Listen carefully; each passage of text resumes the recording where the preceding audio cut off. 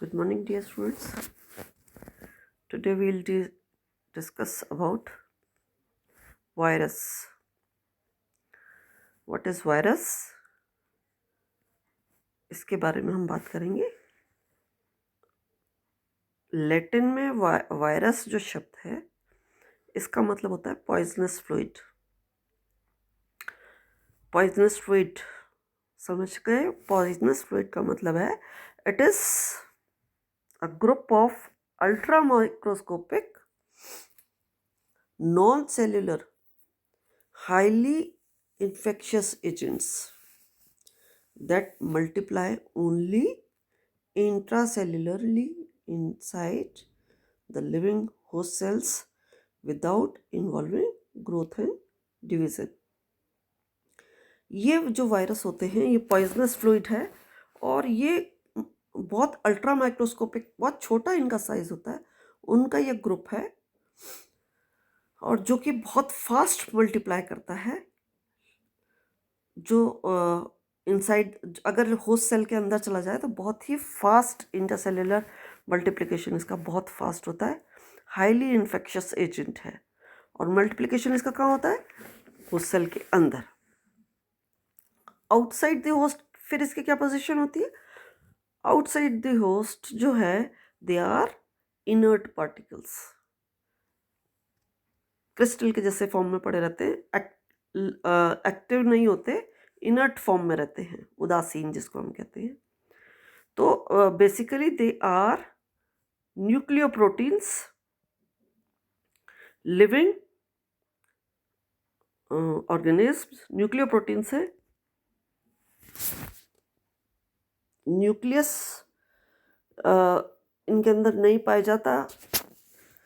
Cytoplasm और या organelles जो होता है ये सब इसके अंदर, क्योंकि ये जो स्ट्रक्चर्स हैं ये बाहर जब प्रेजेंट हैं तो इनर्ट फॉर्म में प्रेजेंट है. They are nucleoproteins having one or more nucleic acid molecules, either DNA or RNA. DNA हो सकता है या आरएनए हो सकता है, जो कि जिसकी केस किसका होता है? एनकेस्ड किस में होता है? In a protective coat of protein or lipoprotein. Protein का कोट होगा या लाइपोप्रोटीन का कोट होगा. अंदर उसमें डीएनए होगा या आरएनए होगा. तो ये स्ट्रक्चर होता है इसका basic structure. Viruses show the property of living things only inside a living cell.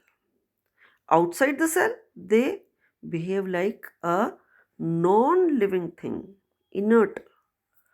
They are called as obligate intracellular parasites, क्योंकि obligatory है अंदर उनका मल्टीप्लिकेशन. ऑब्लिगेटरी उनमें अंदर मल्टीप्लिकेशन होगा. इन्फेक्शियस एजेंट होंगे. Virus particles they contain only one kind of nucleic acid. या तो उसके अंदर आरएनए होगा या तो उसके अंदर डीएनए होगा. दोनों नहीं हो सकते. They can't reproduce by themselves without a host.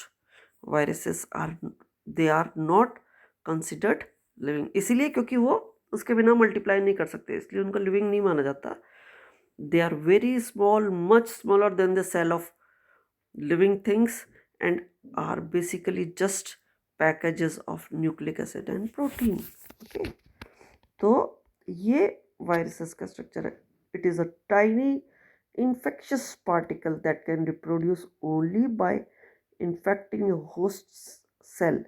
Viruses commandeer the host cell and uses its resources to make more viruses, basically reprogramming it to become a virus factory. क्या करता है ये कमांड दे देता है. जैसे ये सेल में एक बार एंटर कर गया तो उस सेल में कमांड दे देता है.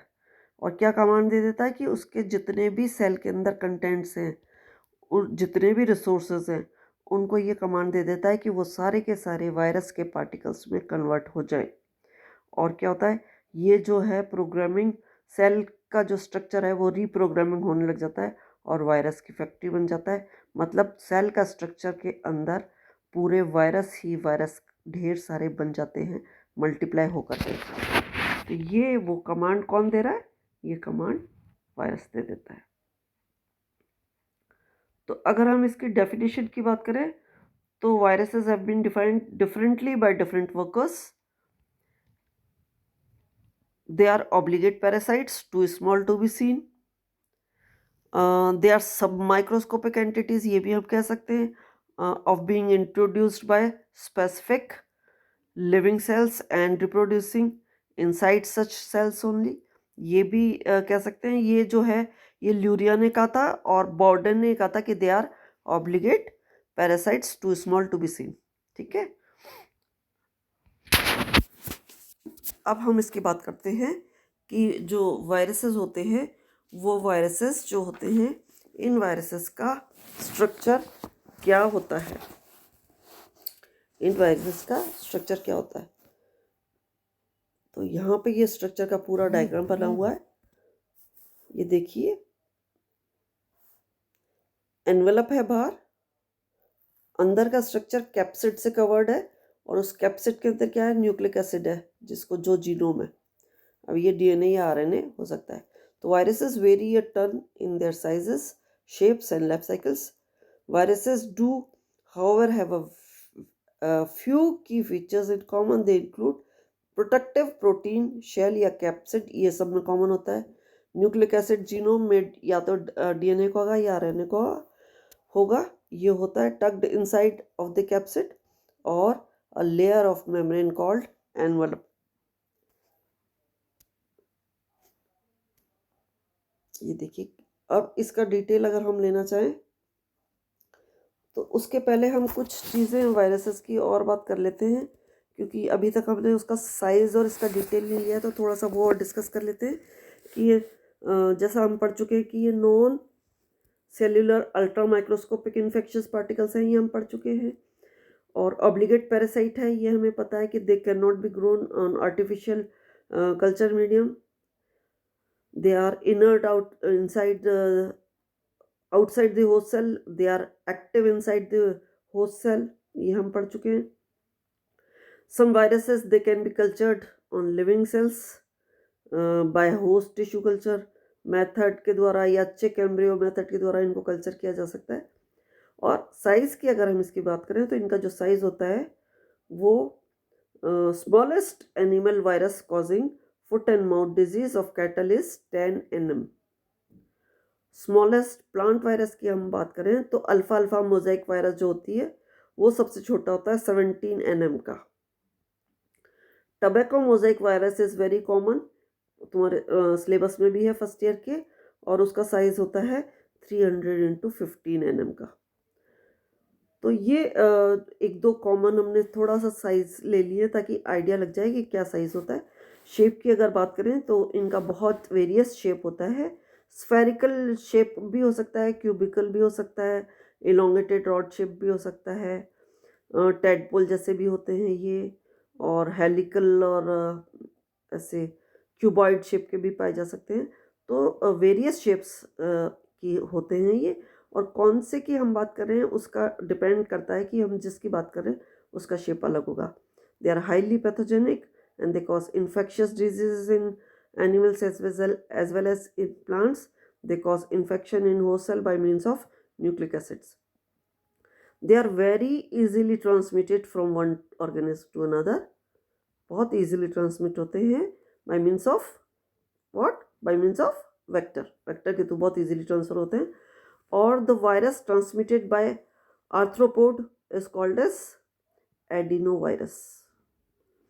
उनमें इनमें क्या होता है कि वायरसेस में इरिटेबिलिटी, एनर्जी स्टोरिंग या उसको यूज़ करना, मोटिलिटी और प्रोटोप्लाज्म और ये सब इसके अंदर नहीं होता। They lack these things. और इनको प्रेसिपिटेट किया जा सकता है सस्पेंशन में से, और क्रिस्टल फॉर्म में इनको क्रिस्टलाइज किया जा सकता है क्रिस्टल फॉर्म के अंदर। जब सारे वायरसेस न्यूक्लियोप्रोटीन्स होते हैं, न्यूक्लिक एसिड जो होता है वो प्रोटेक्टेड होता है बाय प्रोटीन कोट, और जनरली ये हम डील कर ही चुके हैं कि डीएनए होगा या आरएनए होगा, और जेनेटिक मशीनरी का ये चार्ज ले लेते हैं और अपने खुद का जो इनको सिंथेसाइज करना होता है वो सिंथेसाइज करते रहते हैं और इजीली ट्रांसमिट होते हैं एक ऑर्गेनिज्म से दूसरे ऑर्गेनिज्म की तरफ।